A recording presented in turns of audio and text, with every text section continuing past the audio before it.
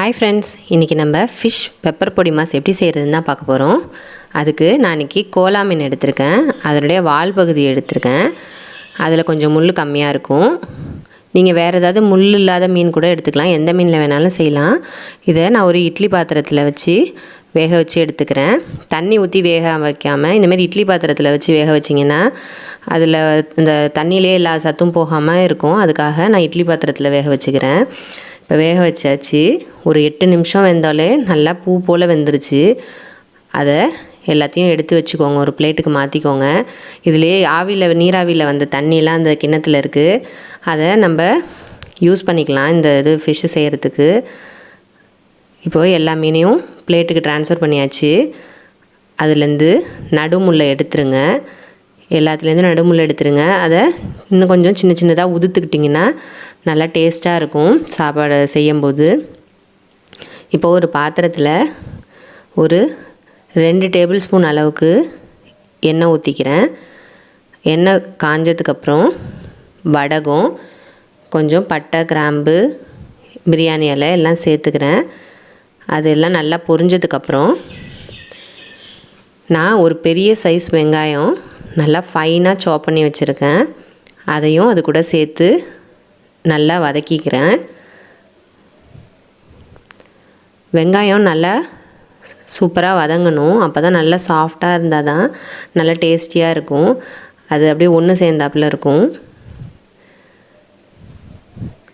இப்போது இந்த டிஷ்ஷுக்கு தேவையான அளவுக்கு உப்பு நான் ஒரு டீஸ்பூன் அளவுக்கு கல் உப்பு எடுத்திருக்கேன். அதையும் சேர்த்து நல்லா வதக்கிக்கோங்க. நல்லா வதங்கினதுக்கப்புறம் இந்த டிஷ்ஷுக்கு தேவையான மசாலாஸ்லாம் ஒன்று ஒன்றா நம்ம சேர்த்துடலாம். ஃபஸ்ட்டு 2 காஞ்ச மிளகா சேர்த்துக்கிறேன். முழுசாகவே சேர்த்துக்கிறேன். அதோடய ஃப்ளேவர் நல்லாயிருக்கும்.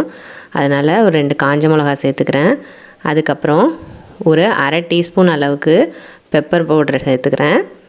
அதுக்கப்புறம் ஒரு 1/4 டீஸ்பூன் அளவுக்கு சீரகத்தூள் சேர்த்துக்கிறேன். அதுக்கப்புறம் ஒரு 1/4 டீஸ்பூன் அளவுக்கு சோம்புத்தூள் சேர்த்துக்கிறேன்.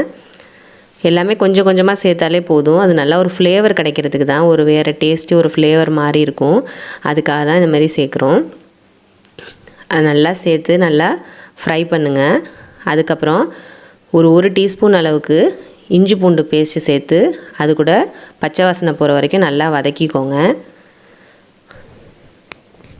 ரொம்ப அதிகமாக இஞ்சி பூண்டு சேர்த்துட்டிங்கன்னா காட்டமாக இருக்கும், சாப்பிட முடியாது. அதனால் இது போதுமான அளவாக இருக்கும். அதுமாதிரி ஒரு பிஞ்ச் அளவுக்கு மஞ்சள் தூள் சேர்த்துக்கிறேன். அப்போ தான் கவுச்சடிக்காமல் இருக்கும். அதனால் ஒரு பிஞ்ச் அளவுக்கு மஞ்சள் தூள் சேர்த்து அதையும் நல்லா கிளறிக்கிறேன். அதுக்கப்புறம் நம்ம மீன் வேக வச்சுருந்தோம் இல்லையா, அதில் தண்ணி விட்டுருந்ததில்ல, அந்த தண்ணியே இதில் நான் லேசாக தெளிச்சிக்கிறேன். ஏன்னா கல்லுப்பு கரையாமல் போயிடும். அங்கங்கே நறுக்குன்னு அப்புறம் அங்கே கொஞ்சம் உப்பாக இருக்கும், ஒரு இடத்துல உப்பு இல்லாமல் இருக்கும். அதனால் அந்த தண்ணியை லேசாக தெளிச்சுட்டு நல்லா கொஞ்சம் அந்த உப்பு கரையிற அளவுக்கு லேசாக வெந்தால் போதும். அதுக்கப்புறம் இந்த மீனை நம்ம இந்த அளவுக்கு நல்லா உதுத்தாச்சு. நல்லா அப்போ தான் நல்லா அந்த டேஸ்ட்டு ஒரு இடத்துலையும் நல்லா டேஸ்ட் இறங்கும். மசாலாஸு, உப்பு, பெப்பர் எல்லாமே நல்லா எல்லா இடத்துலையும் சேரும். அதனால் இந்த அளவுக்கு நல்லா ஃபைனாக அது பண்ணி வச்சுக்கோங்க. இதை போட்டு நல்லா கிளறிடுங்க. எல்லா மசாலாஸும் நல்லா அந்த மீனில் நல்லா கோட்டாகிற மாதிரி நல்லா கலந்து விட்டுக்கோங்க. அப்புறம் கடைசியாக இன்னும் கொஞ்சம் ஃப்ளேவருக்காக நான் ஒரு அரை டீஸ்பூன் அளவுக்கு மிளகுத்தூள் சேர்த்துக்கிறேன். கடைசியாக சேர்க்கும் போது இன்னும் அது ஃப்ளேவராக இருக்கும். அதனால் அதுமாரி சேர்த்துக்கிறேன். சேர்த்துட்டு அடியில் ஒட்டாத அளவுக்கு பார்த்து சிம்மில் வச்சு நல்லா விரட்டி விடுங்க. கடைசியாக வாசனைக்காக கருவேப்பிலை, கொத்தமல்லி சேர்த்துக்கிறேன். அதையும் தூவி நல்லா பிரட்டி எடுத்திங்கன்னா ஃபிஷ் பெப்பர் பொடி மாஸ் தயார். நம்ம சேனல் உங்களுக்கு ரொம்ப பிடிச்சிருந்ததுன்னா மறக்காமல் லைக் பண்ணுங்கள், ஷேர் பண்ணுங்கள், சப்ஸ்கிரைப் பண்ணுங்கள். தேங்க்யூ.